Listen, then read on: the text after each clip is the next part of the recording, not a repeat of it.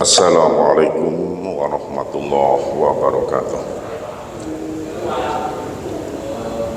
Ila hadratin Nabil Mustafa Rasulillah sallallahu alaihi wasallam wa ala alihi wa ashabihi wa zawjihi wa dzurriyyatihi usallallahu fi jaratin kamaluddin asyidin wa ila ruhihi Kiai Ahmad Fadil Maziki Syaikhul Rasulullah al-Fatihah. A'udzubillahi minasyaitonir rajim. Bismillahirrahmanirrahim. Ar-Rahmanir-Rahim. Maliki yaumiddin. Iyyaka na'budu. Qala al-musannifu rahimahullahu ta'ala wa nafa'ana bi ulumihi wa ulumi masyayikhina fid dharain amin. Bismillahirrahmanirrahim. Alhamdulillahi rabbil alamin. Wassalatu wassalamu ala asrafil anbiya'i wal mursalin Sayyidina wa maulana Muhammadin wa ala alihi wa ashabihi ajmain. Qala rabbi shrah li sadri wa yassir li amri wa hlul 'uqdatam min lisani yafqahu qawli, amma ba'd. Bapak Ibu Jamaah Masjid Al-Islah rahimakumullah, kita bersyukur kehadirat Allah keranten di sore iki kula sopan tansah keparingan sehat walafiat, bisa hadir dalam satu majelis ilmi di bulan yang penuh berkah ini. Mudah-mudahan kehadiran kula panjenengan sedaya dicatat oleh Allah sebagai ibadah di bulan yang mubarakah ini. Amin. Bapak Ibu hadirin ingkang kula hormati, kita lanjengaken kajian Lubabul Hadis. Saniki masuk dengan bab ingkang nomor 3, bab salisu, utawi iki bab ingkang kaping 3. Fi fadilatin, iku tetep ing dalem nutur keutamane bismillahirrahmanirrahim, ngucap bismillahirrahmanirrahim. Qala Nabi sallallahu alaihi wasallam, dawuh sapa Kanjeng Nabi Muhammad sallallahu alaihi wasallam, ma ora ana min abdin saking kawula yaqulu kang ngucap sapa abdun bismillahirrahmanirrahim ing lafaz bismillahirrahmanirrahim ila dzaba kecuali kejaba leleh apa sapa setan kama yadubu kaya uli leleh apa arrasasu tembaga alan nari ing atase geni. Bab ingkang nomor 3 niki jelasaken tentang kita mengucap atau zikir dengan mengucapkan bismillahirrahmanirrahim. Kanjeng Nabi dawuh, ma min abdin yaqulu bismillahirrahmanirrahim illa dzaba syaitan kama yadzubur rasasu alan nar. Terus Kanjeng Nabi, sing sapa wonge seorang hamba, derene Kanjeng Nabi, tidak ada seorang hamba yang mengucap bismillahirrahmanirrahim kecuali setan-setan itu leleh ya.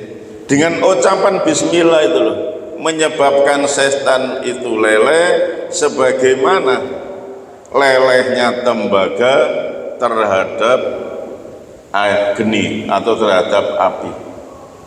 Jadi kalau kita membaca bismillahirrahmanirrahim, setan itu langsung leleh. Podo karo tembaga ketika dikasih api leleh, sebenarnya itu setan itu. Nah, agar kita itu tidak digoda oleh setan, memperbanyak membaca bismillah. Nah ini, makanya kalau bisa kita saat sebelum tidur itu harus memperbanyak membaca bismillah. Kenapa? biar tidur itu tidak digoda oleh setan atau dijauhkan dari setan. Nah, untuk tidur itu ada amalan-amalan yang harus kita lakukan sebelum tidur. Nah, dengan amalan-amalan itu di samping kita nanti tidak digoda oleh setan, kita dijaga oleh Allah, dan juga kita berniat agar nanti bisa dibangunkan untuk bisa sholat subuh berjamaah. Sholat subuh berjamaah itu pahalanya luar biasa ya. Sholat subuh berjamaah itu pahalanya yang luar biasa. Makanya sebelum sebelum tidur kita berdoa. Jari Jawa cegak keblabasan ya. Kadang-kadang kan bablas kita.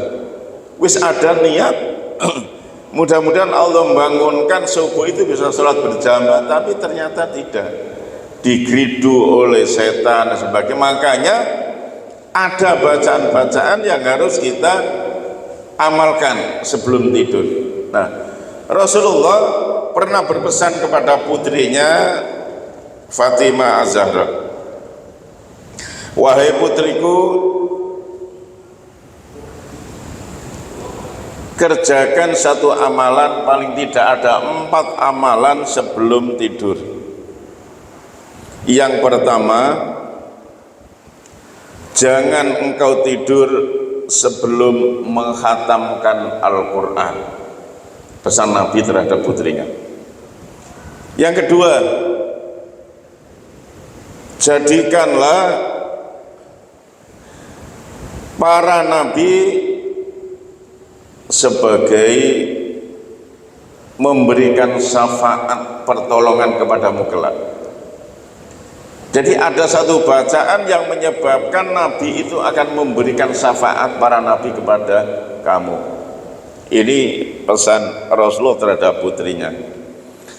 Yang ketiga, janganlah tidur sebelum engkau mohon ampun pada Allah atau memohonkan ridha kepada semua orang-orang muslimin. Yang keempat, pesan Kanjeng Nabi terhadap putrinya, janganlah engkau tidur kecuali engkau telah melaksanakan haji dan umroh. Luar biasa kan? Mudah-mudahan kita bisa melaksanakan ya. Pesan Kanjeng Nabi terhadap putrinya yang ada 4 itu ya. Jadi sebelum tidur kita melaksanakan menghatamkan Quran, khatam. Sebelum tidur kita itu mengamalkan bisa melaksanakan haji dan umroh.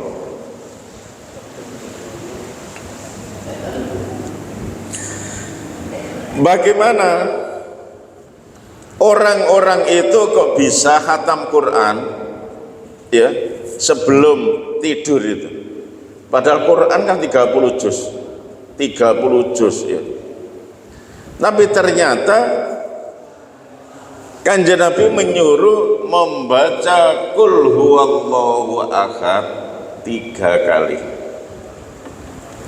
Jadi Kanjeng Nabi, man qara'a Qul huwallahu ahad salasa marat faka'annama qara'al Qur'an ajma'. Sing sapa wonge membaca Quran itu 3 kali, maka seakan-akan orang itu menghatamkan Quran atau membaca Quran seluruhnya, berarti menghatamkan Al-Quran. Oleh karena itu nanti sebelum kita tidur itu kita berusaha untuk mengamalkan pesan Rasulullah terhadap putrinya ini. Yang kedua, pesannya Kanjeng Nabi terhadap putrinya,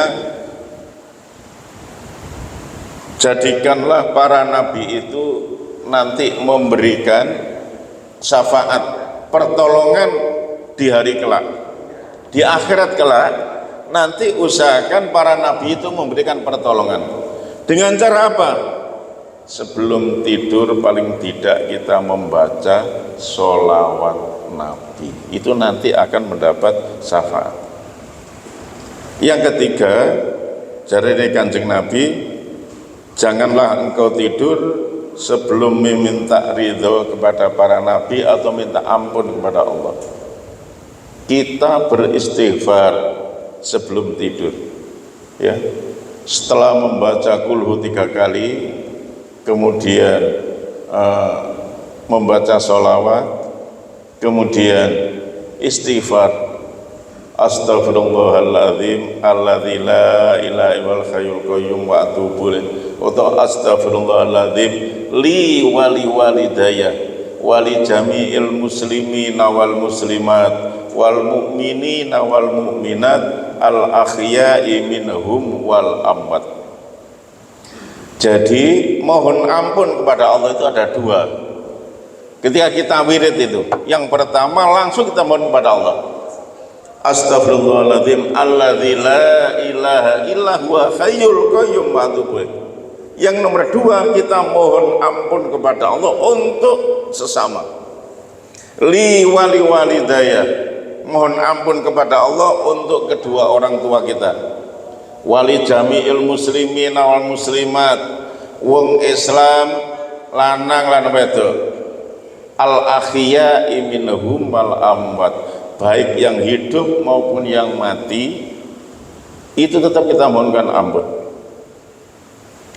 Jadi kita orang-orang NU diajari oleh guru-guru kita untuk imam memimpin bacaan-bacaan itu. Soalnya kan ada organisasi yang disuruh baca sendiri-sendiri. Iya kalau dia itu bisa. Tapi kalau dari NU ini masih orang itu buta huruf garok, tapi ngerungokno, setiap sholat itu mendengarkan suwi-suwi iso dewe, bisa sendiri nanti, lihat ya. Nah doa kalau berjamaah, hadis Nabi yang jelas itu, kalau ada orang 40 yang mengaminkan, insya Allah ada 1 yang dikabulkan oleh Allah. Makanya kita doa itu bersama-sama dengan jamaah sholat kita. Nah, yang terakhir pesan Rasulullah terhadap putrinya Fatimah Zahra, janganlah engkau tidur kecuali engkau telah melaksanakan haji dan umroh. Ternyata yang harus kita amalkan, kita baca adalah tasbih.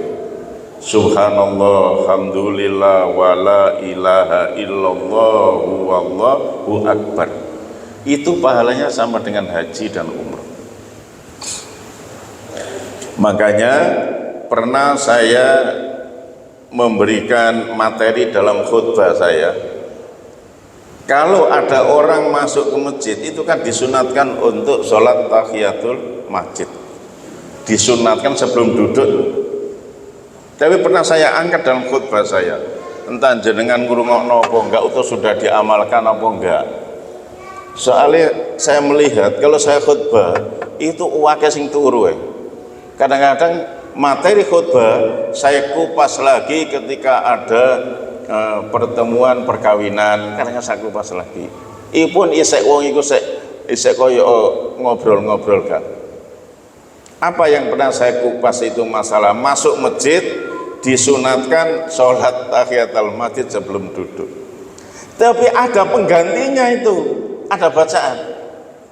Apa bacaan? Ya seperti tadi yang terakhir tadi. Ya. Ini ono wong mlebu masjid kemudian istighol, ya, baik itu dia itu nggak punya wudhu, nggak bisa sholat, atau mengikuti pengajian seperti ini, masuk sholat kok koyo gak enak. Jenengan masuk, ketika masuk ke masjid sini, ketika di depan sana kan jenengan wis doa, Allahumma firli waftahli abwaba rahmatik, ya Allah bukakan pintu rahmat kami ya Allah. Ketika jenengan itu masuk ke masjid ini ya dengan kaki kanan, kemudian niat jenengan nawaitul i'tikaf sunatalillahi ta'ala, saat itulah jenengan wis tidak ada kemungkinan untuk sholat tahiyat ini yustahabu disunatkan ayyakro'a arba'a marat, 4 kali. Apa yang dibaca?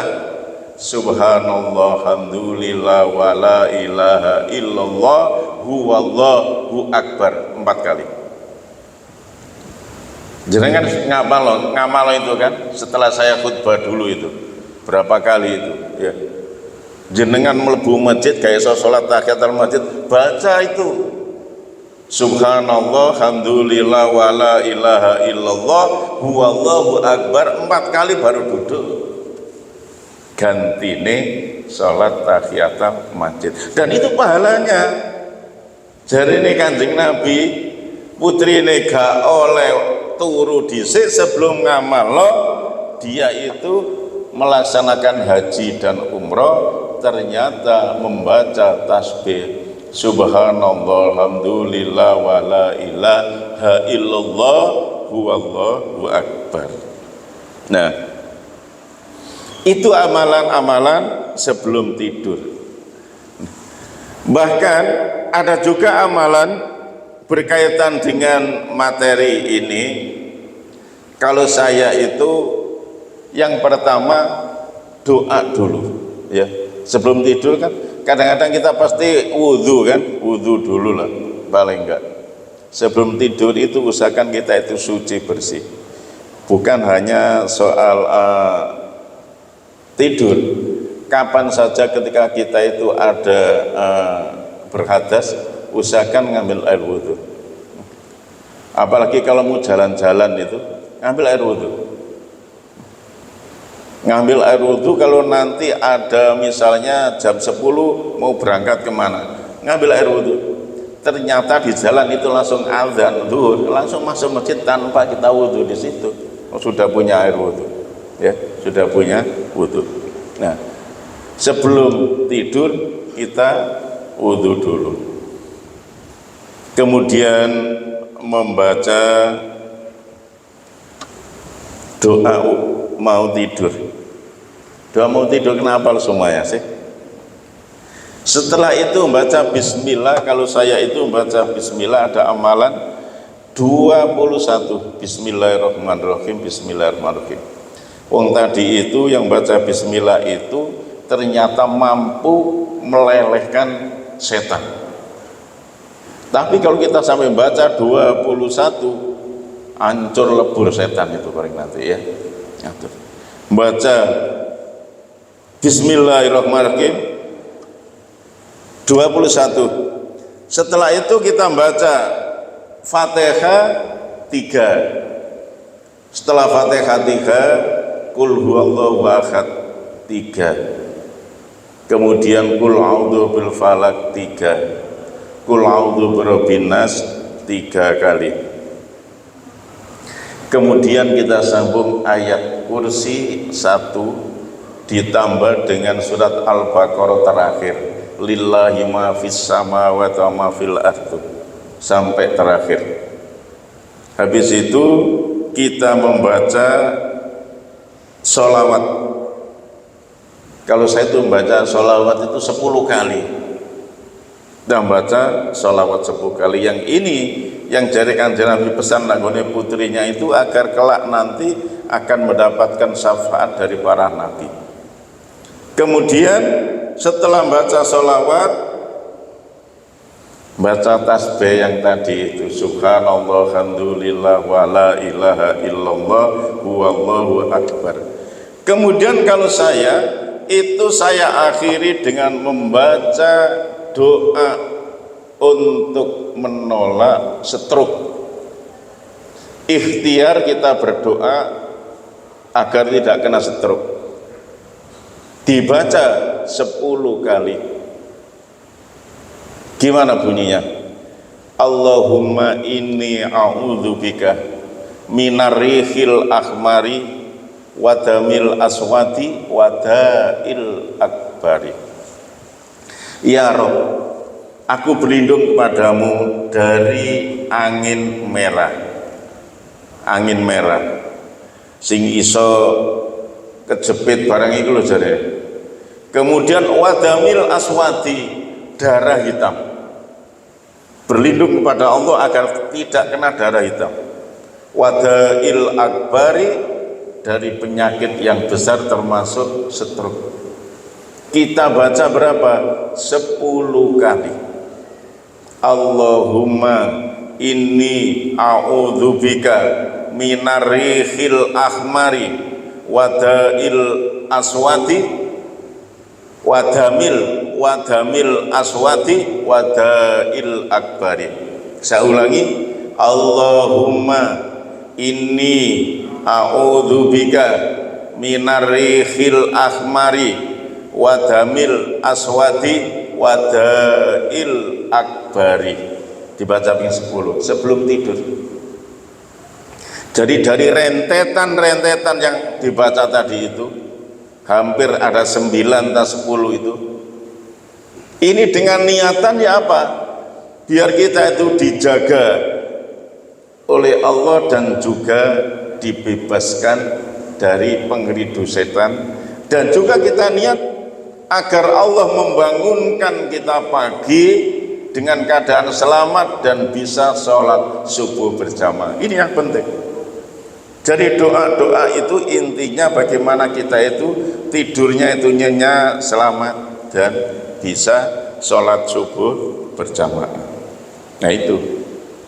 Tapi kalau Kanjeng Nabi memberikan wasiat kepada putrinya kan cuma ada 4 yang tadi itu. Tapi saya tambah. Kita boleh tambah lagi. Bahkan ada seorang ulama yang menyuruh sebelum tidur itu membaca surat Al-Mulk. Surat Al-Mulk 30 ayat. Kalau kita tidak hafal ya buka Quran, bingung nanti buka Quran terus tidur mana. Tapi usahakan sing hafal. Wa qala Nabi sallallahu alaihi wasallam lan dawuh sapa Kanjeng Nabi Muhammad sallallahu alaihi wasallam, ma min abdin, ora ana saking kawula iku yaqulu ngucap sapa abdun mau bismillahirrahmanirrahim ing bismillahirrahmanirrahim illa amarallah, kejaba perintah sapa Allah taala al-kirama ing malaikat kang mulya-mulya al-katibin kang dadi juru tulis ayat tubuh ing yen to nulis padha nyatet sapa kira malaikat sing mulya-mulya mau fi diwanihi ing dalem buku induke abdun arba'amiati hasanatin ing 400 kebagusan. Makanya saya mengajak kita membaca Fatihah, baca bismillah sebelum tidur, pahala yang luar biasa. Kanjeng Nabi dawuh ma min abdin yaqulu bismillahirrahmanirrahim ila amara ta'ala al-kiram al-katibin ayyaktubu fi diwani arba'amiati hasanatin. Tidak ada seorang hamba Allah yang membaca bismillahirrahmanirrahim kecuali Allah itu merintah kepada malaikat yang mulia-mulia, malaikat juru catat. Untuk apa? Ayyaktubu fi diwanihi, untuk mencatat di buku induke seorang hamba sing maca iku. Ya. Jadi semua orang itu nanti punya buku sendiri-sendiri. Buku induk dari nok kene dewan, buku catatan. Nah, buku catatan itu ada yang dicatat yang bagus, ada yang tidak bagus. Nah, kita baca bismillahirrahmanirrahim ini ternyata oleh Allah merintah kepada malaikat mencatat untuk dicatat di buku induknya itu 400 kebagusan. Dicatat bahwa kita sudah berbuat kebaikan 400 itu. Nah, buku catatan itu nanti akan diberikan oleh Allah di padang mahsyar sana. Itu orang mengambil buku catatan itu ada 3 macam. Ada yang bisa mengambil dengan tangan kanan, ada yang mengambil dengan tangan kiri, dan ada yang mengambil di belakang dadanya. Di belakang dada dimasukkan baru diambil. Dan 3 macam pengambilan itu ada nilainya. Kalau mengambil dengan tangan kanan berarti kan bagus, tangan kiri gak bagus, apalagi ngambil di belakang dadanya, kan seakan-akan mengejek dengan Allah itu nanti. Oleh karena itu guru-guru kita sudah memberikan pelajaran. Nik wudhu basuh tangan kanan, berdoa baca Allahumma atini kitabi biyamini wa hasibni hisabay yasir. Ya Rabb, berikan buku catatan itu dengan tangan kananku dan hisablah aku dengan hisab yang seringan-ringannya, sing paling gampang. Soalnya hisab itu bermacam-macam, tapi kita mohon kepada Allah agar dihisab yang ringan. Ketika wudhu baca itu. Nah, agar kita tidak mengambil dengan buku catatan dengan tangan kiri, kita juga membaca. Kita basuh tangan kiri. Allahumma la tu'tini ya Rabb, engkau jangan berikan buku catatanku al-simali, tangan yang kiri. Wa alamin wara'i dhuhri, dan jangan kau berikan aku ngambil buku itu di belakang dada. Allahumma la tu'tini kitabi bisimali walami wara'i dhuhri. Minta kepada Allah, jangan engkau berikan buku catatan itu dengan tangan kiri dan di belakang dada. Ini mulai kita wudhu sebelum sholat itu sudah kita mohon kepada Allah. Mohon kepada Allah. Nah, buku catatan itu nanti yaitu memuat amal baik dan amal buruk. Salah satu ya, amal yang baik kita membaca Bismillahirrahmanirrahim. Kalau kita membaca itu, Allah merintah kepada malaikat kiramal katibin, malaikat yang mulia-mulia yang juru mencatat itu, supaya mencatat di buku induknya itu diisi catatan 400 kebaikan sebab membaca Bismillahirrahmanirrahim. Wa qala sallallahu alaihi wasallam lan dawuh sapa Kanjeng Nabi Muhammad sallallahu alaihi wasallam, man utai sapane wong kala iku ngucap sapa wong Bismillahirrahmanirrahim ing Bismillahirrahmanirrahim marrotan saambalan, mok maca pisan tok Bismillahirrahmanirrahim leren, lam ya beko mongko ora ana kari min dunubi saking pira-pira dosane wong mau darotun opo sa butuke semut, bobote semut ireng. Semut ireng kan cuwilik ya. Nah, wong sing maca Bismillahirrahmanirrahim sekali, Allah akan menghilangkan dosane wong itu sekecil apapun, sampai sak semut ireng loh. Gak ono sing kari. Lam yabko, tidak ada yang berhenti ya, mindu dosane wong iku seberat dzarah. Dzarah itu atom yang terkecil. Dijelaskan di sini dzarah itu bisa bobotnya semut ireng.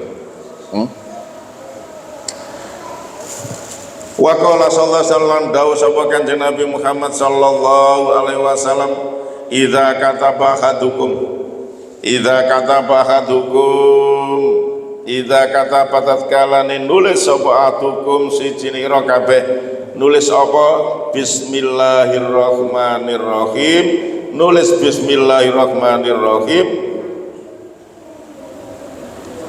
fal yamuddah mongko mbecekaken, mecek dawakno sapa akad mau ar-Rahman in huruf fi kalimati ar-Rahman,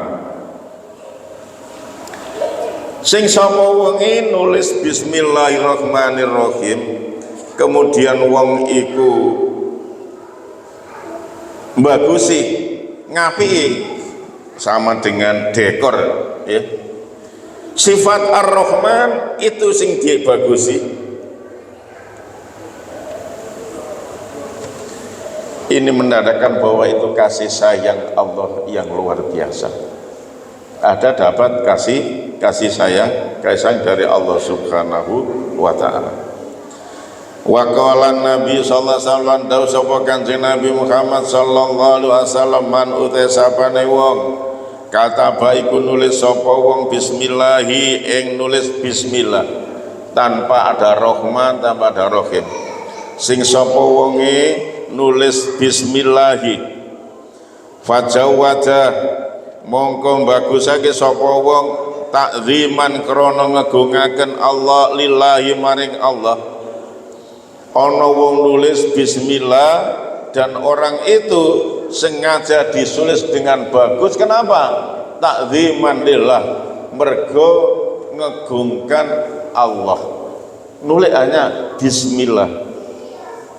Dekor, kaligrafi, tulis kaligrafi yang bagus ya, ditulis tok, gak dibaca, cuma ditulis. Apa balasannya?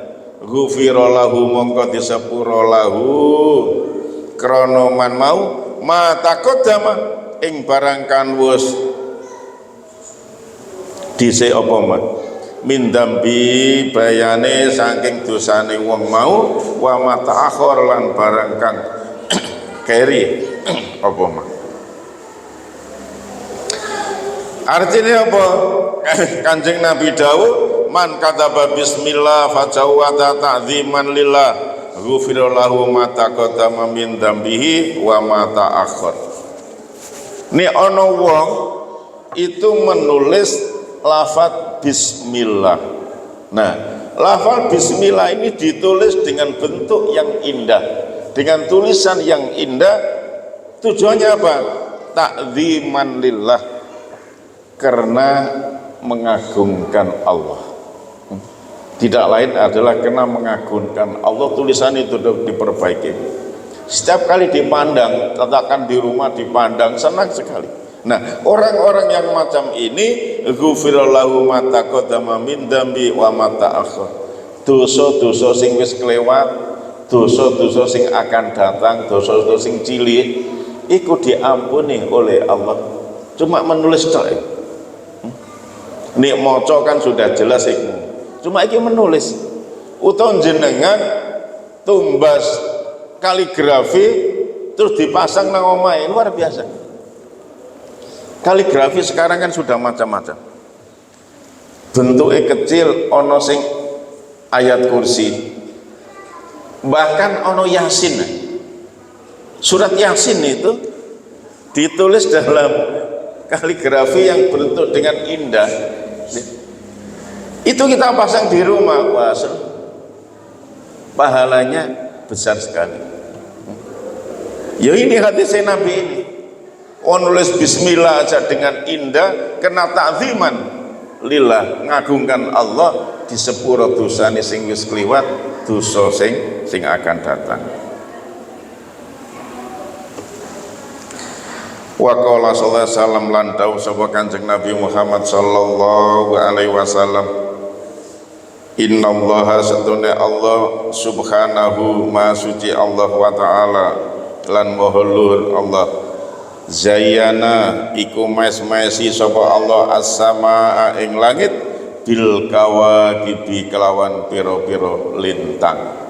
Wa zayyana lan mes-mesi sapa Allah al malaikata ing malaikat bi Jibrila kelawan malaikat Jibril.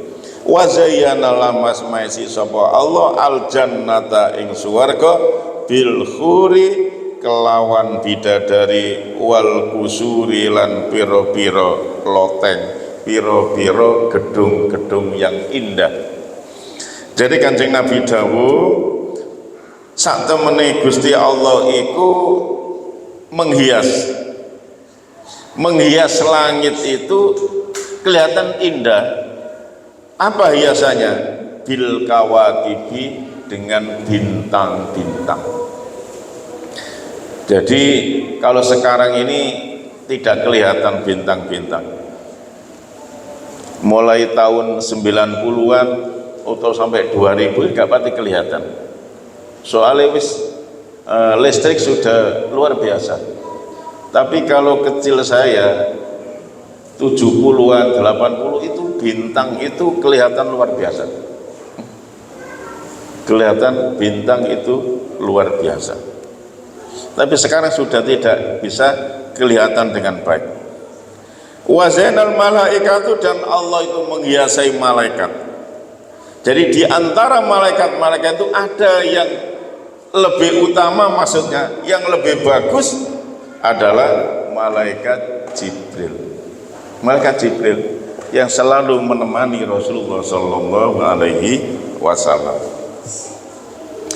Kemudian Allah itu menghiasi surga. Surga itu dihiasi dengan bidadari dan juga oleh kusur, yaitu beberapa lonteng.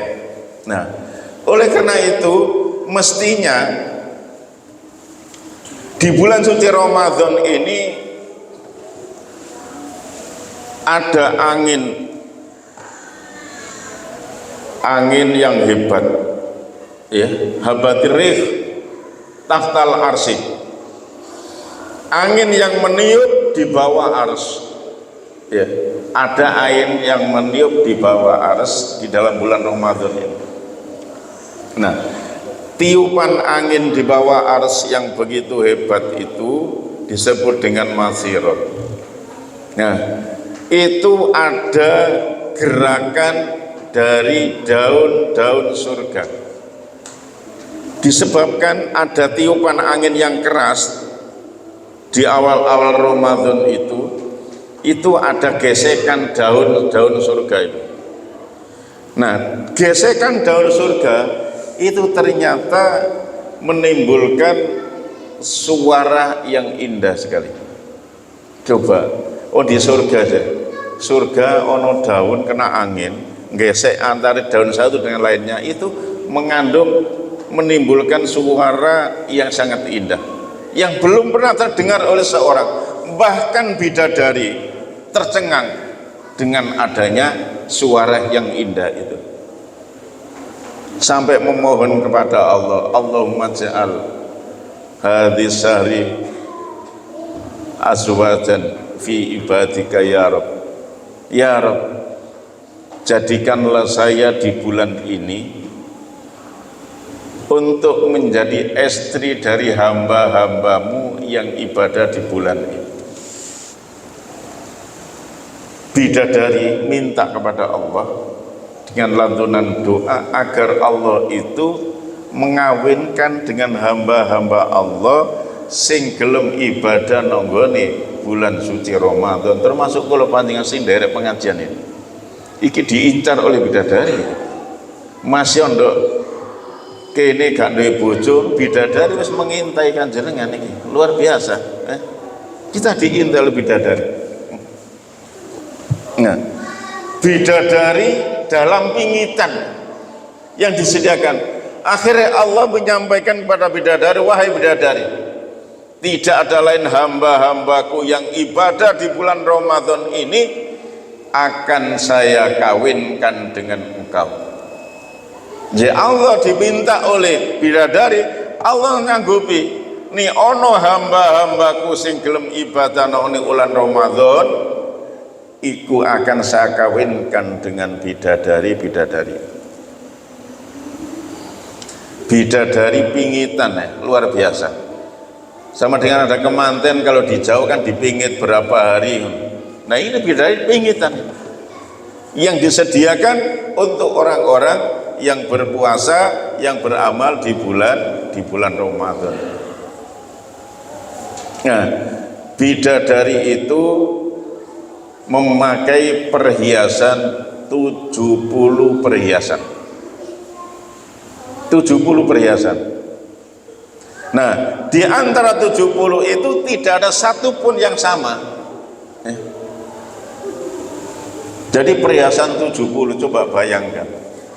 Wong sekarang ibu-ibu nggih perhiasan loro wis bingung kabeh wong. Ya. Tapi itu 70 dan 70 itu tidak ada yang sama. Bahkan seorang perempuan setiap orang perempuan yang berpuasa di bulan Ramadan dengan imanan wahtisaban itu akan dibangunkan oleh Allah tempat tidur yang disulam dari intan mutiara, ya, berwarna merah, tempat tidurnya. Nah, tempat tidurnya itu diisi 70 kasur. Bagi yang perempuan, kalau yang laki-laki kan dengan bidadari yang luar biasa itu. Tapi kalau ibu-ibu perempuan itu dibangunkan tempat tidur, ruangan untuk tidur itu yang disulap dengan permata yang indah, batu merah, yakut, kemudian diisi kasurnya itu 70. Tiap-tiap kasur itu ada meja yang siap untuk hidangannya, bermacam-macam hidangan. 70 meja. Jadi ada kasur 70, ada meja 70 dengan jet. Untuk siapa semuanya itu?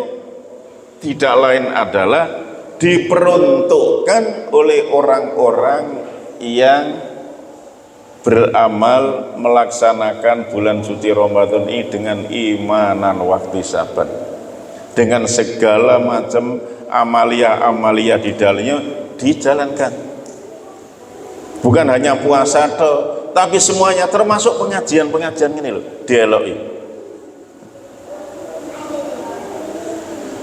Mudah-mudahan apa yang kita kaji di sore hari ini dibarengi dengan hidayah pun Allah, menjadikan ilmu ingkang barokah manfaat fid dini wa dunya wal akhirah. Amin amin Allahumma amin. Al-Fatihah. Bismillahirrahmanirrahim. Allahumma laka sumtu wa ala rizqika aftartu bi rahmatika ya arhamar rahimin. Kirang lagu yang mengamunten usikum nafsi bi taqwallah. Wassalamualaikum warahmatullahi wabarakatuh.